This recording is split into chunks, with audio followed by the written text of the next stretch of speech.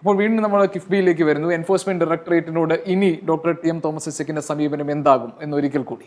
കോടതി ഇപ്പൊ നിങ്ങൾ പറയുന്നു കോടതി അങ്ങനെയാണ് ചിന്തിക്കുന്നത്. അങ്ങനെ ചിന്തിച്ച് പറയുന്നെങ്കിൽ കോടതി പറയുന്ന പോലെ ചെയ്യും. പക്ഷെ ഇപ്പൊ കോടതി വിധിച്ചിരിക്കുന്ന അങ്ങനെയല്ല. വിധിച്ചിരിക്കുന്ന റോവിങ് എൻക്വയറി പാടില്ല. ആ പണി വീണ്ടും വേറെ പേര് ചെയ്യാൻ വന്നാൽ ചോദ്യം ചെയ്യും. അപ്പോൾ ഇനി സമൻസ് അയച്ചാൽ നിശ്ചയമായിട്ടും ഹൈക്കോടതിയിൽ പോവും. കോടതി പറയണത് അല്ലല്ല നിങ്ങൾ ചെന്ന് വർത്താനം പറയും. വർത്താനം പറയുമ്പോൾ ഒരു രേഖയും കൊടുക്കാൻ കയ്യിലില്ല. പിന്നെ ചോദിച്ച കാര്യങ്ങൾക്ക് മറുപടി എന്താ കുഴപ്പം? പ്രശ്നം വെച്ചാലേ ഇതാണ് ലളിതമായ കാര്യം. 2 വർഷം കിടന്ന് വിരകിയിട്ട് കണ്ടുപിടിച്ചോ എന്താ നിയമലംഘനം ഒന്ന്.